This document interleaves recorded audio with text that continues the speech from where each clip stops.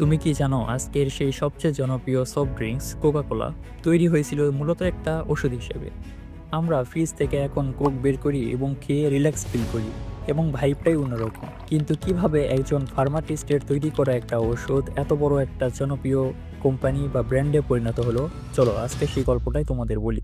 So যেহেতু সামনে আমরা সুন্দরভাবে গল্পটা এক্সপ্লেইন করব, সো পুরো গল্পটা মনোযোগ দিয়ে শুনবা এবং দেখবা যে কিভাবে একটা ছোট কোম্পানি থেকে বড় কোম্পানিতে পরিণত হওয়া যায়।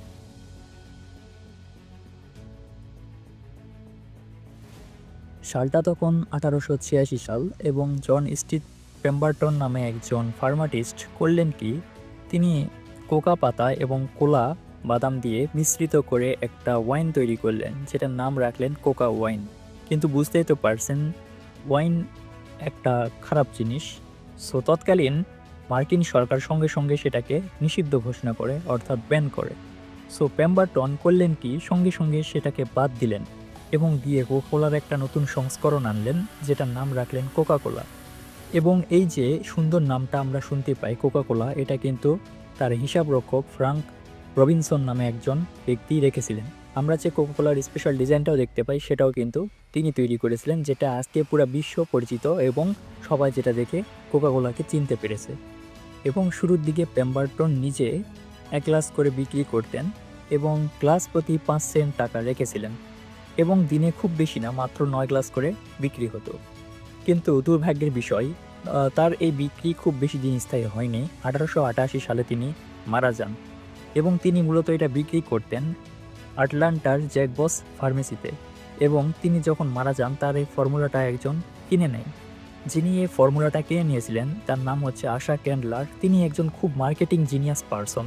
কেন? কারণ তিনি এটিকে সাথে সাথে কিনে নেওয়ার পর যত বেশি বিজ্ঞাপন, মার্কেটিং যা যা করার দরকার ছিল তিনি খুব সুন্দরভাবে করেন। এবং স্পেশালি তিনি একটা খুব সুন্দর মার্কেটিং বলেন, সেটা হচ্ছে drink Coca Cola delicious and refreshing. এই লেখাটি দিয়ে সুন্দর পোস্টার ডিজাইন শুরু করে দেন এবং মুহূর্তের মধ্যেই খুব আশেপাশে তোলপাড় শুরু হয়ে গিয়েছিল এবং সবখানে এই একই বার্তা এবং অল্পতেই জনপ্রিয়তা লাভ করে এবং সবার কাছে এটি পপুলার নাম হিসেবে পরিচিত হয়।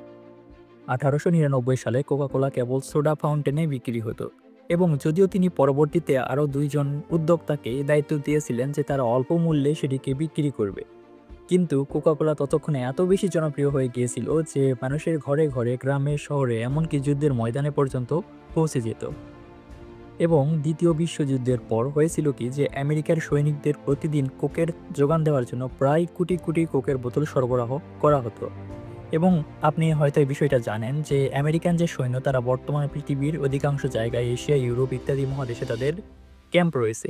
তো তারা সেখানে বোতল সরবরাহ করার কারণে পুরা পৃথিবী সব কয়টা মহাদেশেই অলমোস্ট ছড়িয়ে গিয়েছিল এবং আজ প্রায় পৃথিবীর 200টিরও বেশি দেশে কিন্তু কোক বিক্রি হয়।